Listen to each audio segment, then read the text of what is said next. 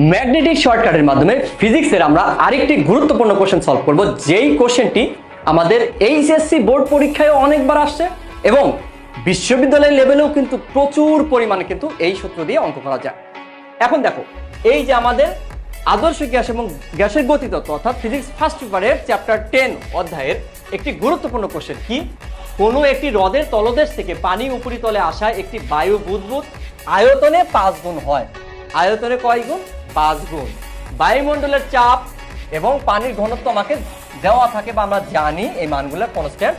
আমাকে হ্রদের গভীরতা কত, এটা একাডেমিক লেভেলে কিন্তু অনেক অনেক গুরুত্বপূর্ণ। ওই যে বয়েলের সূত্র দিয়ে তোমরা অঙ্ক করো, P1 V1 is equal to কত, P2 V2। দেন এখান থেকে করে আমাকে কি বলতো, তোমরা এইচ কত সেটা বের করো, 7-8 লাইন করো, মোটামুটি 5 মিনিট সময় লেগে যায়, কিন্তু না, তোমরা দেখে দেখে অ্যান্সার করতে পারবা। কি বলতো, মনে রাখবা আয়তন n গুণ হলে, কি বলতো, আয়তন n গুণ হলে, আয়তন n গুণ হলে এইচ ইজ ইকুয়াল টু কত, n-1 ইন্টু কত, 10.2। ঠিক আছে, আয়তন যদি n গুণ হয় তাহলে কি আমাদের শর্টকাট নিয়মটা কি, n-1 ইন্টু 10.2। এখানে আয়তন কয় গুণ হয়েছে, 5 গুণ, তার মানে n এর মান কত এখানে বলতো, 5। n এর মান যদি 5 হয় তাহলে এখানে দেখো তো, আমি যদি অঙ্কটা করি তাহলে এইচ ইজ ইকুয়াল টু কত হবে, 5-1 ইন্টু কত, 10.2। তাহলে 5 থেকে 1 বিয়োগ দিলে কত থাকে, 4। তাহলে 4 ইন্টু কত, 10.2 কত হবে, 4-10-কে 40, 4-8 মানে কি 40.8 মিটার।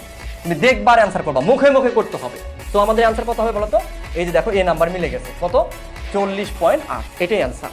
আর আমাদের মেইন নিয়মে করতে কিন্তু 5 মিনিট লাগবে, আর তুমি শর্টকাট নিয়ম দেখেই তুমি অ্যান্সার করতে পারবা।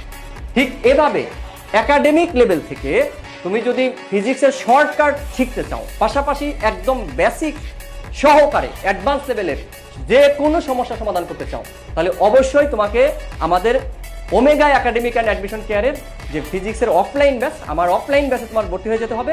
অফলাইন ব্যাচে ভর্তি হতে জাস্ট পেজে মেসেজ দাও এবং যোগাযোগ করো আমাদের অফিসে।